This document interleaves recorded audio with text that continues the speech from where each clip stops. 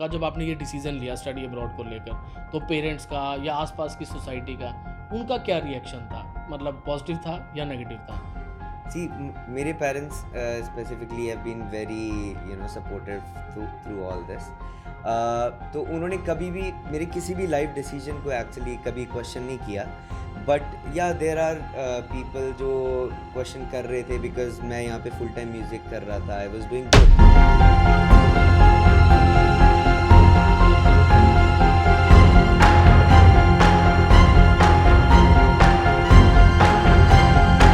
तो स्टडी के टाइम के ऊपर किस तरीके की स्ट्रगल्स फेस करने को मिली? जो ये इंस्टाग्राम वगैरह के ऊपर आज की डेट में चीज़ें वायरल हो रही हैं, क्या सच में सच्चाई है या सिर्फ एक वायरल होने की चीज़ें हैं? I think the same course if you would do in India, technically you will learn more. Okay. वहाँ पे मुझे नहीं लगता कि टेक्निकली इतना उस पर फोकस करते हैं। आपने ग्रेजुएशन भी मेरे ख्याल से दिल्ली से आपने ग्रेजुएशन कंप्लीट कर ली थी अपनी, जी। तो यहाँ पर भी आपने एक प्रोफेशनल कोर्स कहीं ना कहीं एडमिशन आपने वो लाइफ देख ली थी। तो उस स्टडी में और कनाडा की स्टडी में Yeah. बहुत ज़्यादा फ़र्क दिखाई दिया? जो कहा जाता है कि वहाँ पर बहुत ज़्यादा प्रैक्टिकल स्टडी है और यहाँ बहुत ज़्यादा थियोरेटिकल है, ऐसा भी कुछ है? सी मैंने पर्सनली जो कोर्स किया था it was more practical. I did my bachelors in journalism mass communication. तो उसमें तो camera, audio, visuals, everything was very practical. Right. So मेरे लिए वहाँ जाके जो मैंने कोर्स किया था that was more theoretical. See we did projects and stuff, but see मैं पर्सनली, इट्स नॉट कि मैं कैमरा पे बोल रहा हूँ, मैंने पर्सनली बहुत मेहनत की अपने प्रोजेक्ट्स पे because I wanted to learn. But mostly लोगों का वहाँ पे जो फोकस था, इंटरनेशनल स्टूडेंट्स हमारे इंडिया से जो थे मेरे साथ, राइट। उनका फोकस इस चीज़ पे होता था कि पैसे दे के असाइनमेंट कहीं और से करा ली, और शिफ्ट्स पे फोकस ज़्यादा है कि काम करने पे। आज हमारे इस शो में बहुत ही एक स्पेशल गेस्ट आ रहे हैं जिन्हें मैंने बचपन से बड़े होते देखा है, मिस्टर अभिषेक पटियाल। हम दोनों सेम ही स्कूल में थे, 5-6 साल का डिफरेंस रहा होगा मेरा और उनका। और 2019 में वो कनाडा का स्टडी वीज़ा लगा कर गए थे। बहुत स्ट्रगलिंग पीरियड भी उन्होंने फेस किया। म्यूज़िक में भी ये लड़का बहुत आगे तक जा चुका था, लेकिन एनी हाउ उसने करियर को थोड़ा सा डाइवर्ट किया और कनाडा का स्टडी वीज़ा अप्लाई किया। तो आज वापस वो कनाडा से आया हुआ है, तो डिस्कशन करते हैं उससे, उसका एक्सपीरियंस जानते हैं कनाडा से रिलेटेड, कैसी उसकी ज़िंदगी रही, कैसे उसने अपने करियर को प्लान किया और क्या क्या उसने सीखा और किस तरीके से वो आप लोगों को गाइड कर सकता है कि कैसे अपने करियर को आप कनाडा में प्लान कर सकते हैं।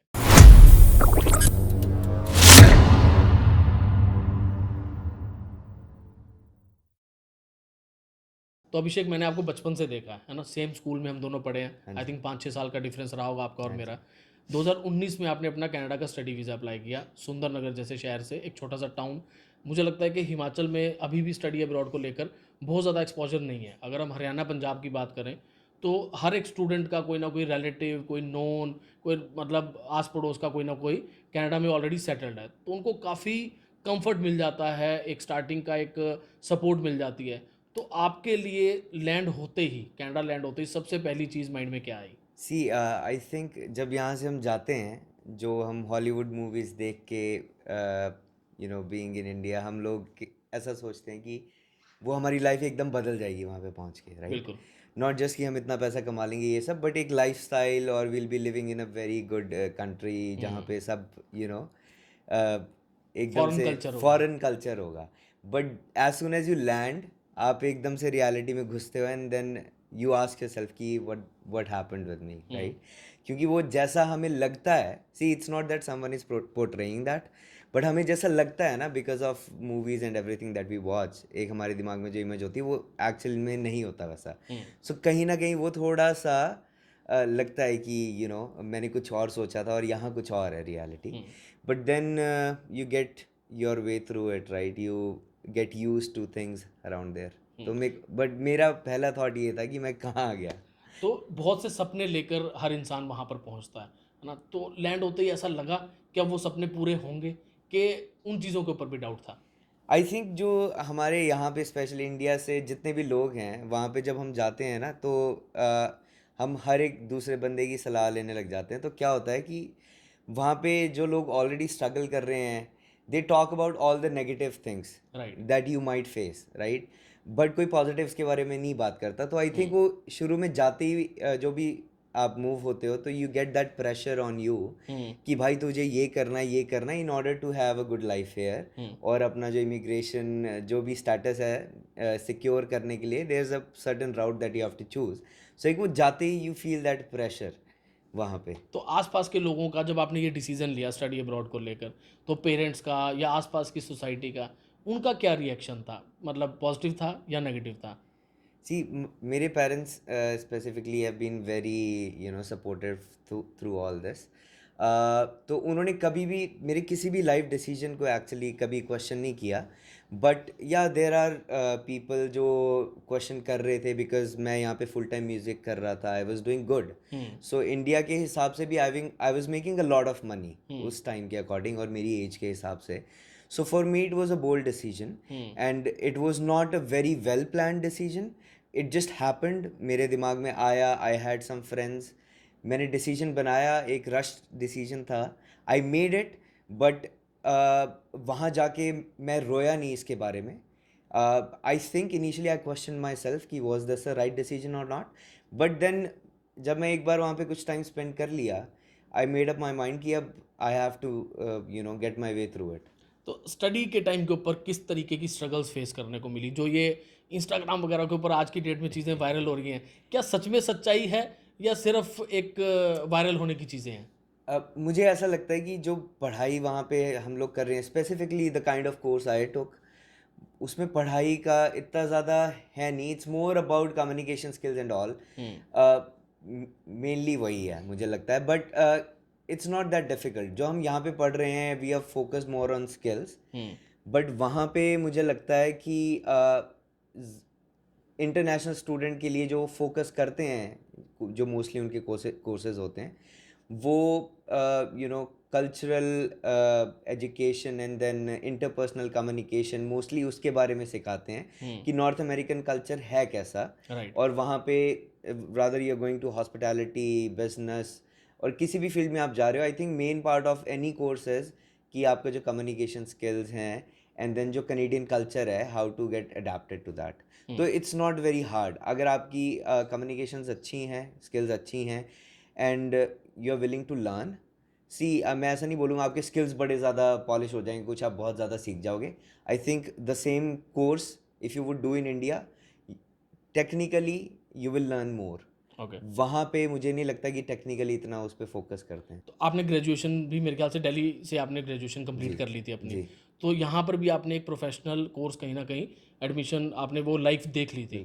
तो उस स्टडी में और कनाडा की स्टडी में बहुत ज़्यादा फर्क दिखाई दिया? जो कहा जाता है कि वहाँ पर बहुत ज़्यादा प्रैक्टिकल स्टडी है और यहाँ बहुत ज़्यादा थियोरेटिकल है, ऐसा भी कुछ है? अब मैंने पर्सनली जो कोर्स किया था it was more practical. I did my bachelors in journalism mass communication. तो उसमें तो camera, audio, visuals, everything was very practical. So मेरे लिए वहाँ जाके जो मैंने कोर्स किया था that was more theoretical. See we did projects and stuff, but मैं पर्सनली, इट्स नॉट कि मैं कैमरा पे बोल रहा हूँ, मैंने पर्सनली बहुत मेहनत की अपने प्रोजेक्ट्स पे because I wanted to learn. But mostly लोगों का वहाँ पे जो फोकस था, इंटरनेशनल स्टूडेंट्स हमारे इंडिया से जो थे मेरे साथ, उनका फोकस इस चीज़ पे होता था कि पैसे दे के असाइनमेंट कहीं और से करा ली और शिफ्ट्स पे फोकस ज़्यादा है कि काम करने पे. वेयरएज मेरा फोकस काम पे नहीं था, मेरा पढ़ाई पे ही ज़्यादा था. आई वॉज गुड, मेरी क्लास में भी I was good.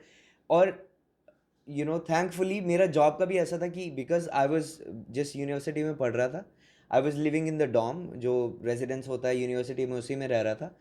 I got the job on campus as well. So I was working almost 30-35 hours in a week legally, which is full time, almost full time job, right. और लोग 20-20 hours के कर रहे थे, but then they were still struggling and they were not interested at all in their studies. मैं studies में भी focus कर रहा था एंड मैं अपना काम भी अच्छे से कर रहा था. तो आपने अभी शिफ्ट्स की बात करी, तो ना मेन मैटर आ जाता है पार्ट टाइम जॉब्स का. मुझे लगता है कि 99% नॉर्थ इंडियन स्टूडेंट का फोकस जो है वो पार्ट टाइम जॉब्स के ऊपर है. तो अभी काफ़ी रील्स वगैरह दिखती हैं कि पार्ट टाइम जॉब्स की अवेलेबिलिटी बिल्कुल भी नहीं है. तो आपको उस चीज़ को लेकर कैसा सामना करना पड़ा? See it can be different for everyone, right. मेरे लिए क्योंकि मैं बैचलर्स करके गया था, मैं बहुत छोटे शहर से हूँ, हिमाचल से, तो कम्युनिकेशन स्किल्स जब मैं वहाँ से दिल्ली निकला था तो मेरे आई डोंट थिंक सो इतने अच्छे थे, बट जब मैं दिल्ली रहा 3-4 साल तो मैं ऑलरेडी मेरे कम्युनिकेशन स्किल्स थोड़े इम्प्रूव हो गए थे। सो जब मैं कनाडा लैंड किया I had pretty good communication skills. तो उसकी वजह से क्या हुआ, for me it was easy to land a job compare to other people जिनके इंग्लिश इतनी अच्छी नहीं थी। सो मुझे लगता है अगर आपके कम्युनिकेशन स्किल्स अच्छे हैं तो you can get a job, but on the other hand I've seen a lot of people with good communication skills as well struggle, you know, finding a job. तो उसमें it's not just about कि your communication skills, it's about both कि तुम्हारी will है job करने की, अगर है तो तुम्हें मिलेगी, तुम्हारी कम्युनिकेशन स्किल्स है तो तुम्हें मिलेगी। कई लोगों में विल होती है बट उनके कम्युनिकेशन स्किल्स नहीं होते, sadly they can not get a job. कुछ लोगों की कम्युनिकेशन स्किल्स अच्छी है, विल ही नहीं है, तो उनको भी कैसे मिलेगी। I had people who were getting jobs but they just didn't want to do it, right? Because it was not something that they would really want to do. But we need to understand when we are going there, we are students, and if you actually want to support yourself or your family by paying off your tuition, बिल्कुल you have to make some sacrifices, right? You cannot have both the things in your hand कि भाई मेरे को पैसे भी बन जाएं पर मेरे को मेहनत भी ज़्यादा ना करनी पड़े, और स्किल्स भी नहीं हाँ। क्योंकि इफ़ यू, मैं अपनी बात बताता हूँ, मैं professionally I was doing music 3-3.5 साल बिफोर गोइंग टू कनाडा। मैं प्रोफेशनली यहाँ काम कर रहा था, पूरे इंडिया में ट्रैवल कर रहा था with my band. The kind of treatment we used to get from people because we are musicians, right? बिल्कुल We are getting top notch you know, stays, 5-star properties में, we are getting travel, accommodation, everything super good, right? So for me my life was like pretty good here and I was making money out of it as well, right so but मैं जब वहाँ गया मेरी first job was at Tim Hortons campus में ही, school में ही। Okay तो I was excited to be honest कि मुझे आज झाड़ू लगाना है टिम हॉर्टन्स पे, because I was learning something right for me. मैं I took it in a way कि it's a good experience for me कि भाई आज मुझे यहाँ पे झाड़ू लगाना है और जो भी मुझे करने को बोलेंगे मुझे अपना बेस्ट देना है। बिल्कुल सो मेरा वो था यू नो पर्पस कि मेरे को पर्सपेक्टिव ये लगता कि मेरे को सीखना है, कुछ भी है ना। बिल्कुल अगर टिम हॉर्टन पे जॉब कर रहा हूँ कुछ सीखा ही मैं वहाँ पे। And honestly I am saying कि टिम हॉर्टन पे भी जॉब करके मेरे कम्युनिकेशन स्किल्स अच्छे थे और अच्छे हुए, because I use to you know get to talk to Canadians. उससे क्या होता है कि पहले आप नए नए जाते हो, you know the language but you don't know the accent, so you get use to the accent. जब तुम बात कर रहे हो under pressure, you don't want to mess up with someone's order, you want to get everything right, कितनी sugar कितना cream क्या है, राइट? सो आई मीन वो होता है कि थोड़ा प्रेशर होता है, you might get scolded from your manager if you screw up the order, but Canadian culture इतना प्यारा है, वर्क कल्चर, कि अगर तुमसे कोई चीज़ परफेक्टली नहीं भी हो रही ना, they don't force it upon your throat. तुम जितना बेस्ट कर सकते हो, अगर उन्हें दिख रहा है कि तुम कर रहे हो, वो तुमसे कुछ एक्स्ट्रा ऑर्डिनरी एक्सपेक्ट नहीं करेंगे। तो आई थिंक मैंने बहुत कुछ सीखा वहाँ पे फर्स्ट जॉब से भी, एंड देन आगे तो अब ये बात रही स्टडी टाइम तक की, है ना। अब हम बात करते हैं कि अब स्टडी हो गई ख़त्म बिल्कुल, अब आ गई पीएसडब्ल्यू की बारी, पोस्ट स्टडी वर्क वीज़ा लेना। हाँ जी। तो उस टाइम के ऊपर स्टडी खत्म होने के बाद सबसे बड़ी कन्फ्यूज़न का मैटर क्या है? मुझे लगता है सबसे पहले क्या होता है कि यहाँ से जो लोग जिनके रिश्तेदार हैं, दोस्त हैं, पहले से उनकी बातें सुनी सुनाई बातें गए होते हैं। तो होता क्या है कि वो पहले से ही सोच के गए होते हैं कि हमने 2 साल की पढ़ाई करनी है, 3 साल का वर्क परमिट लेना है, सो दैट हम सेफर साइड पे हैं। बिल्कुल पर I don't think so that same for everyone. If I talk about my self, मैंने 1 साल की ही पढ़ाई ली थी क्योंकि मैं बैचलर्स करके गया था, राइट मेरे पास वर्क एक्सपीरियंस भी था यहाँ का।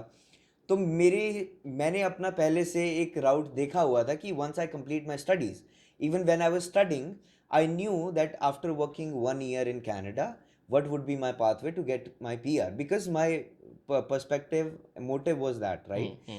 हाँ, मैं ऐसे ब्लैंक होके तो नहीं गया था कि मैं पढ़ाई करके जाऊंगा and then I don't know कि एग्जैक्टली क्या करना है, right? So I had a plan कि that's how I am gonna lead, right? तो वहाँ जाके क्या हुआ कि आई वॉज तो very strong with my opinion कि मेरे को ये करना है। बिल्कुल पीपल स्टार्टेड स्केयरिंग मी। मेरे साथ के जो स्कूल में लोग थे, इनफैक्ट जो लोग ऑलरेडी कनाडा में रह रहे थे, जो खुद भी परमानेंट रेजिडेंट थे, उनमें भी पूरी तरह से अवेयरनेस नहीं है, नॉलेज नहीं है कि क्या राउट होते हैं।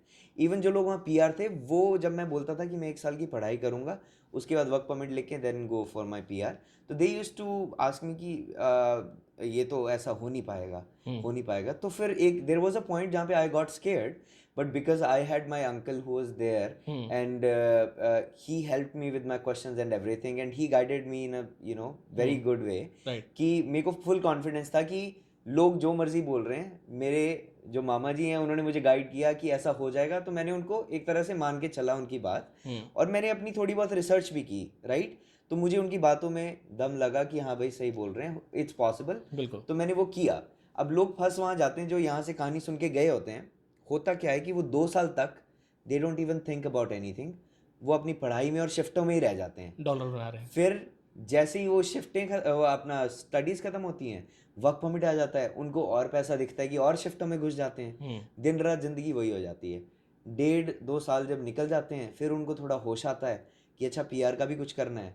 उसके बाद क्या होता है, 1 साल में कई बार मोस्टली लोगों की चीज़ें नहीं हो पाती, then they go to other routes की कोई LMI ये देख रहा है, कोई कुछ कर रहा है, सो वो अपने आप को खुद ही ट्रैप कर लेते हैं लोग। मुझे लगता है कि अगर पहले से एजुकेटेड होके लोग जाएंगे, तो if their absolute plan is to get PR and get मतलब settled in Canada, खुद की प्रॉपर रिसर्च भी ज़रूरी है। बहुत ज़रूरी है। लोगों की बातें सुनना मतलब एक लिमिट तक मुझे लगता है कि सही है, लेकिन प्रॉपर गाइडेंस की अगर आप बात सुन रहे हैं, किसी प्रोफेशनल की बात आप सुन रहे हैं, तो शायद आपकी लाइफ जो है बिल्कुल सही ट्रैक पे जा सकती है। बिल्कुल बट अगर आप इररिलेवेंट लोगों की बातें सुन के उनके ऊपर ट्रस्ट करके अपनी लाइफ को चलाने की कोशिश करेंगे, तो कहीं ना कहीं तो स्टक होंगे ही होंगे। बिल्कुल। मुझे लगता है ये चीज़ शायद सिर्फ कनाडा में नहीं है, तो लाइफ के हर सेगमेंट में ही अप्लाई हो जाती है ये चीज़ कि अगर लोगों की बातें सुन के चलेंगे तो कुछ हो नहीं पाएगा। I would like to add to this a little bit.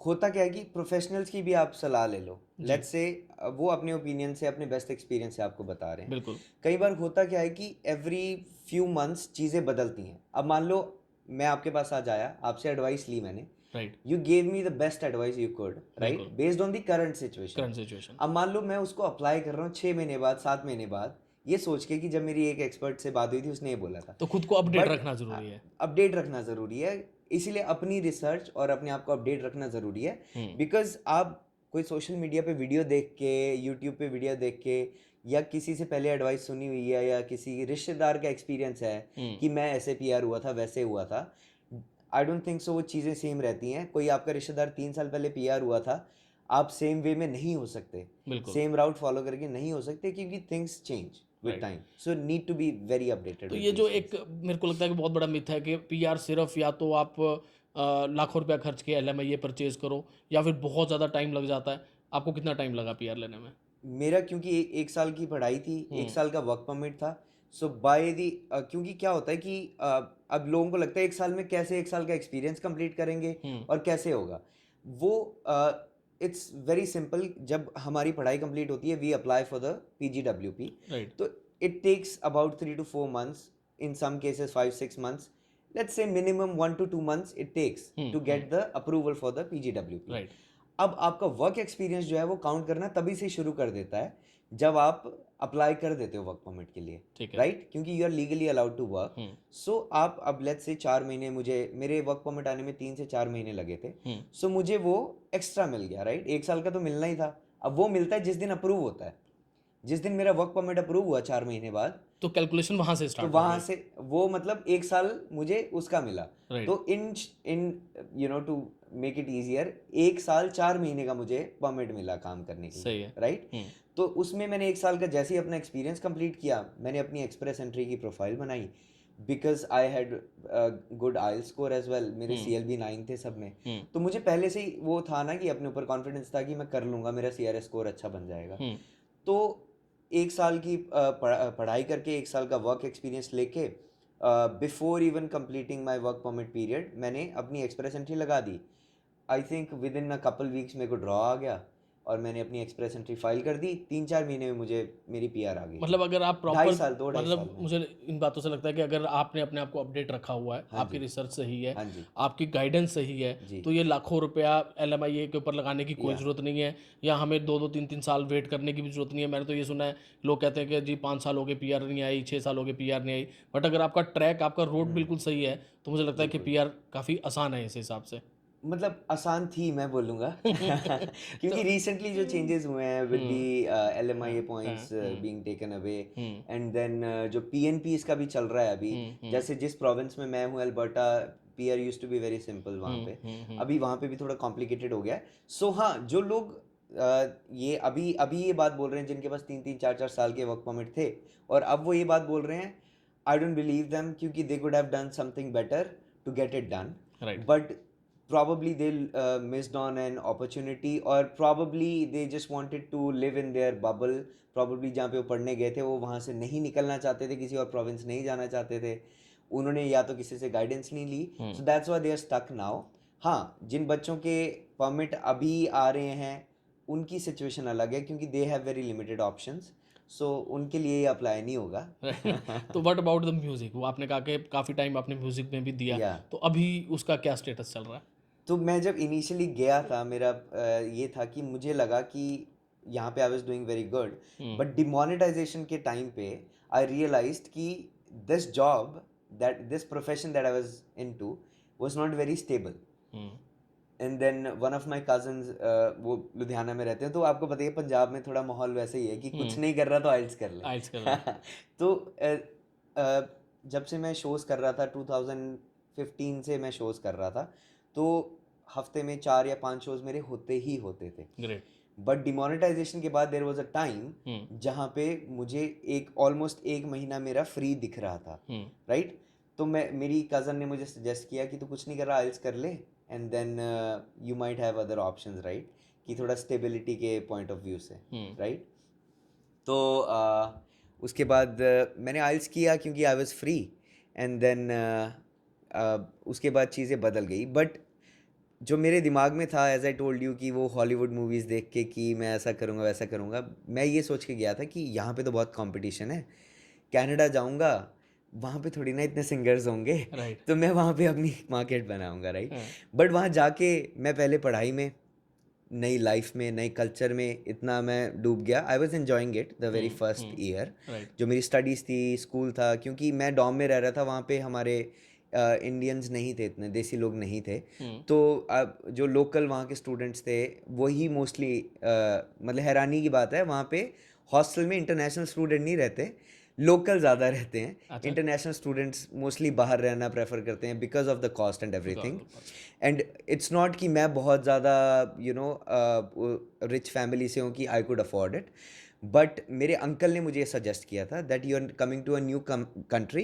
Hmm, if you live in in your own bubble की अपने देसी लोगों के साथ तू शेयरिंग में रह रहा है, you will save some money hmm, but you will lose on a lot of opportunities and you will not be able to you know get into the Canadian culture. Right. तो मैं वो Canadian लोगों के साथ रहा, culture को सीखा, मतलब मैं ऐसे नहीं बोलूँगा मैं बिल्कुल ही कनेडियन बन गया हूँ।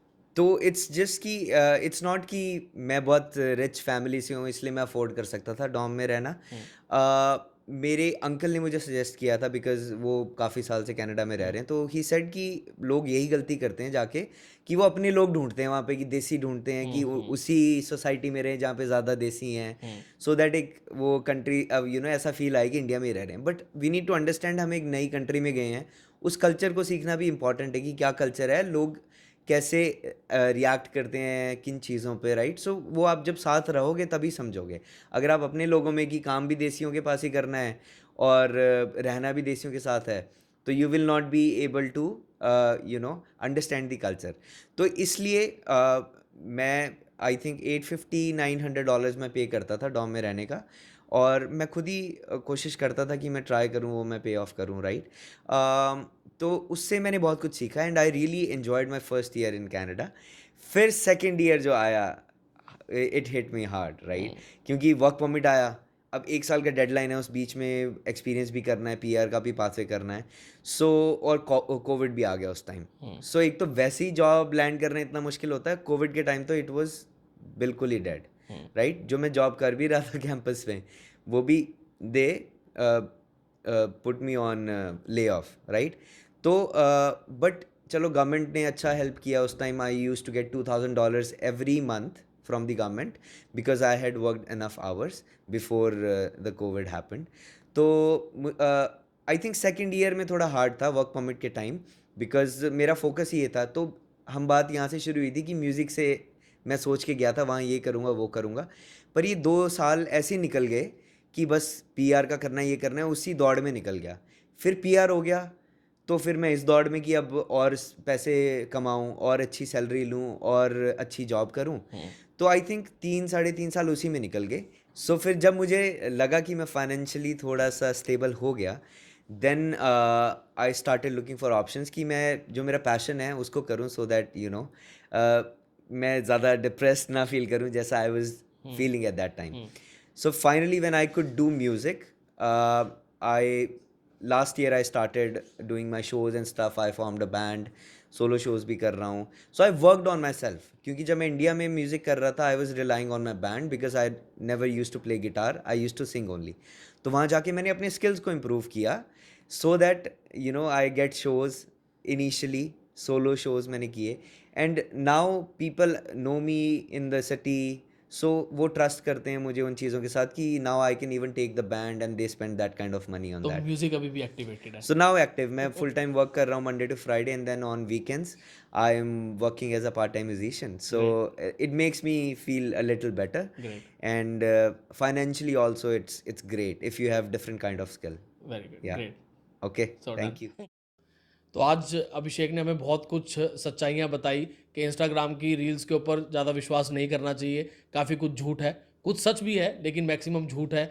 अगर आपके अंदर स्किल्स खुद के अंदर हैं और आप सीखना चाहते हैं तो कोई भी आपकी ग्रोथ को रोक नहीं सकता। आप वहाँ पर भी ग्रो कर सकते हैं, जबकि बहुत ज़्यादा नेगेटिव पॉइंट्स दिखाए जाते हैं कि कनाडा में पार्ट टाइम जॉब्स नहीं है, पीआर के लिए बहुत टाइम लगता है। बट अभिषेक ने सब कुछ अपने लेवल पे किया, अपने दम पे सब कुछ अचीव किया। आज बहुत अच्छा कर रहा है ये लड़का, तो बहुत अच्छा लगा मिल के और ये सुन के कि करियर में उसने बहुत अच्छा अचीव कर लिया। और करियर के साथ साथ उसने अपने पैशन को भी कंटिन्यू रखा, वो म्यूज़िक में भी वहाँ पर बहुत अच्छा कर रहा है। So best of luck Abhishek for your future.